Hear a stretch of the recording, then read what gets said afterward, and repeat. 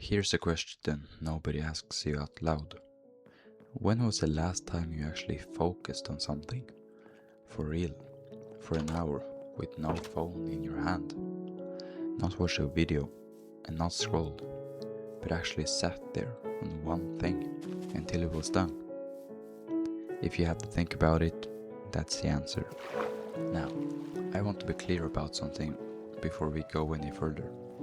You're not lazy, you're not stupid, you're not broken, because I know exactly what you're thinking right now. I just can't focus. My attention span is shot. I'll never be able to sit down and get work done. And I'm gonna tell you the truth. You're right. You can't focus, but it's not because there's something wrong with you. It's because something was done to you. Every single day, something is stealing your focus before you even get a chance to use it.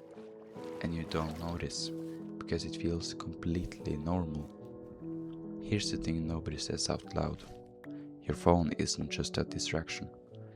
It's a machine, a slot machine, engineered by some of the smartest people in the world to do one single thing. Hold your attention for as long as possible. Not to help you, to capture you. So let me ask you something real. How many times today have you checked your phone? Not for a reason, not because someone texted you. Just checked it, picked it up, unlocked it, looked at nothing, put it down. 10 times, 20, 50? And be honest, how many of those times did you actually find something worth looking at? Almost never, right? But you did it anyway. Because that's the trap. It's not about the content, it's about the pull. The pull is the product.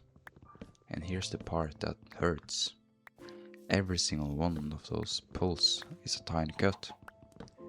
You don't feel it at the time, but after 100 cuts a day, every day, for years, your focus doesn't just weaken, it breaks. So let's talk about what's actually happening. Not motivation and not willpower. A mechanism. 3 parts. Part 1. Your attention is being rented.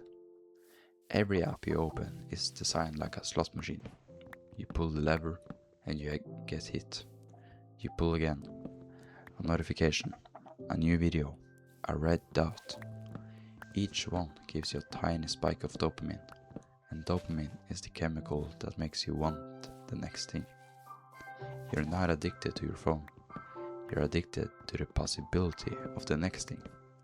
That's why you can scroll for an hour and feel like it was 10 minutes. The apps aren't giving you anything. They're just keeping the lever in your hand. And here's what that does over time. It trains your brain to expect a reward every few seconds. And when you sit down to do something real, homework, a project, anything that takes longer than 30 seconds, your brain doesn't get its hit. So it panics, it gets bored, it screams for the phone.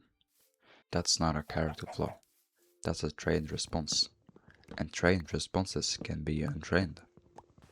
Part 2. You're trading real life for a preview of it. Think about how you spend your free time. You watch a guy get fit, and you feel motivated. You watch a video about building a business, and you feel inspired. You watch someone mastering a skill, and you feel like you're learning it too. But here's the trap. Watching success, it's not the same as working toward it. It's a preview. It feels like progress. But it's the cheapest form of hope. Because it costs you your whole afternoon and gives you nothing back. Motivation without action is just a spectator sport. You're cheering for someone else's life while your own sits on pause. And the longer you watch instead of do, the harder it gets to start, because your brain starts to believe that watching is the doing. It's not. It never was. Part 3. You've never been taught to be bored, and boredom is where ambition is born. Here's a weird truth. Some of your best ideas, your clearest thinking, your realest decisions, they all come from boredom, from the quiet, from the moments when there is nothing pulling at you and your own brain finally gets to speak. But nobody lets you get bored anymore. The moment a thought gets slightly uncomfortable, boom, phone out. The moment you're waiting in line, sitting on the bus, lying in bed, boom, phone out. You've removed every moment of silence from your life. And in doing that, you've removed the space where your best self was supposed to grow. That's the whole game. That's why you feel empty even when you're never alone. Because being surrounded by noise isn't the same as being present.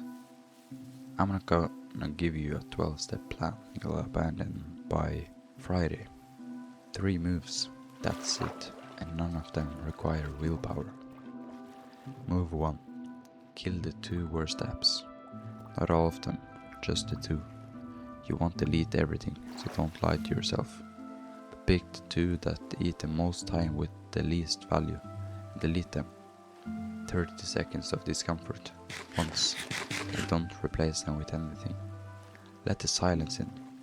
You'll be uncomfortable for a few days, and then something weird happens. Your own thoughts come back. Move 2.